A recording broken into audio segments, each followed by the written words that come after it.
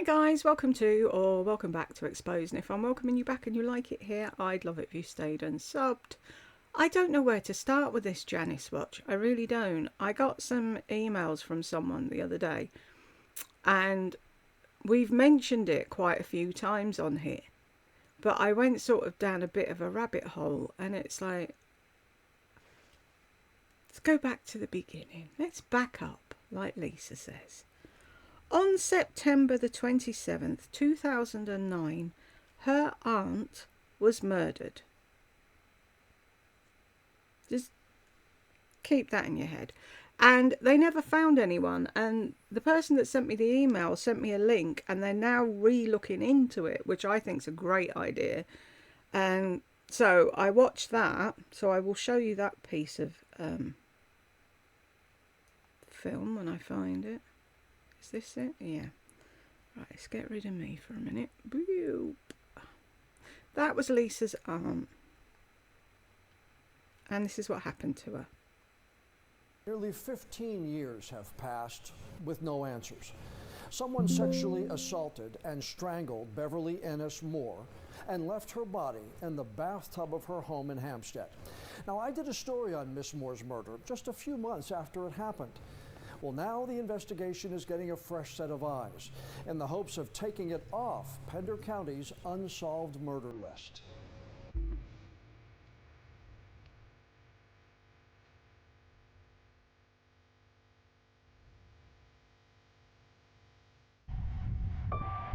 This is where the crime happened, 2634 Sloop Point Road in Hampstead, where someone killed 52-year-old Beverly Ennis Moore during the day on Sunday, September 27th, 2009.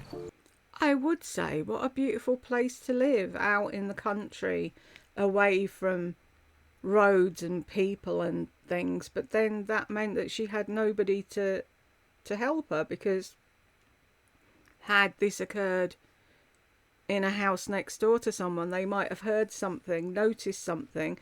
You know what people are like. They won't go around, but they'll look out the window and they'll see who's coming and going. They might have had answers back then, but anyway.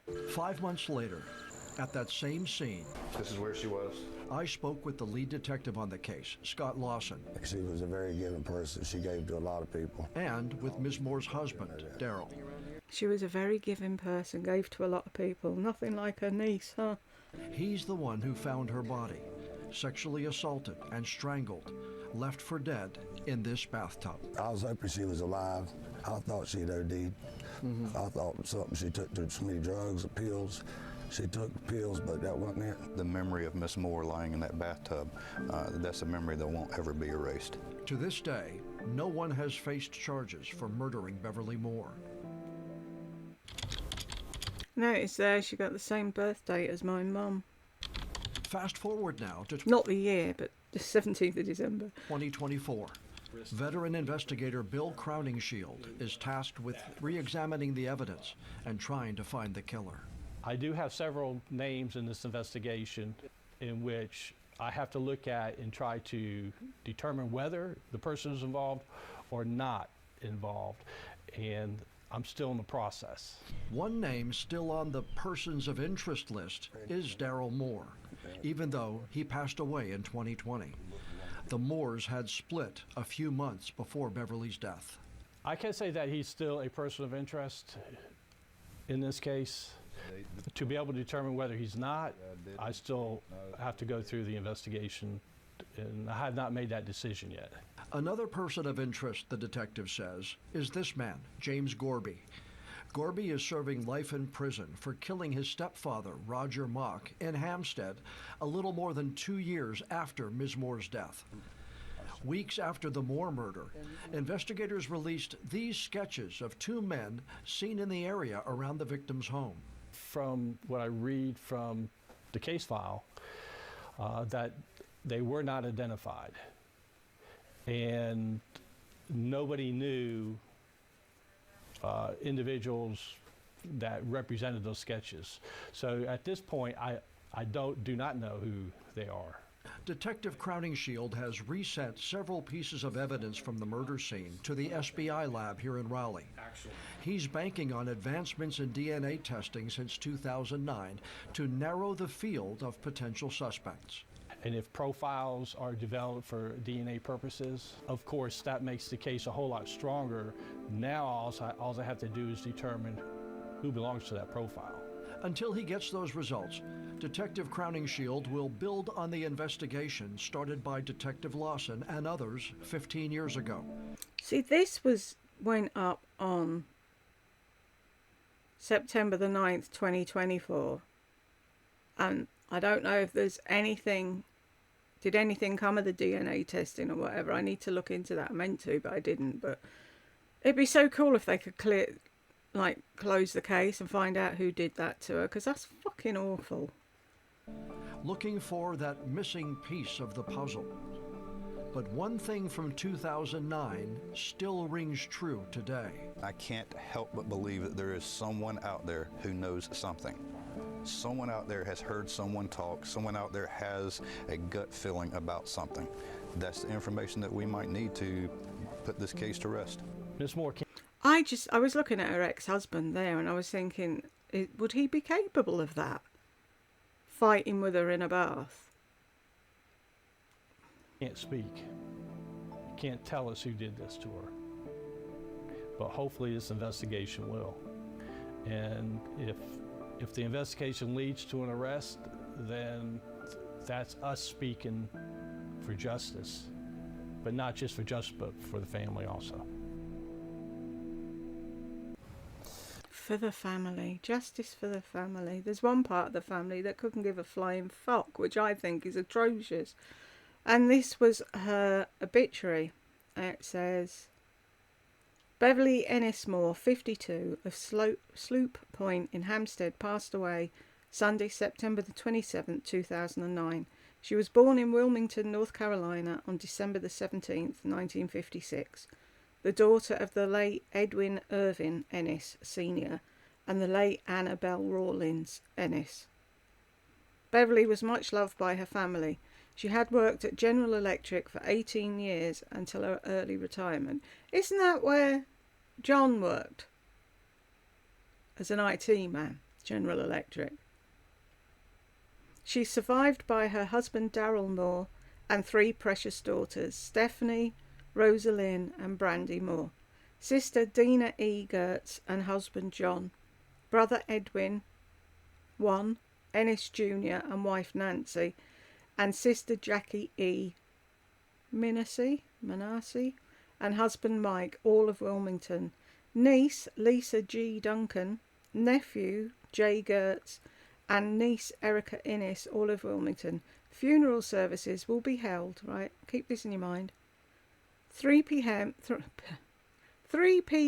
Friday, October the 2nd, 2009, at the graveside Riverview Memorial Park in Wallace, North Carolina, officiated by Reverend Warren Sprouse, pastor of Bible Baptist Church. Anyway, so that's all the information about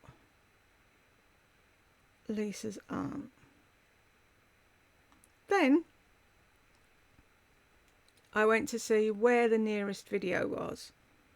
And while I was looking at the comments while I was waiting to do this, something else was doing and I thought I'd wait. She says here, those shoes are so comfy. I wore them all day Tuesday to the mall, etc. And they didn't hurt a bit. Love them. Tuesday, I just worked it out and I didn't write it down, would have been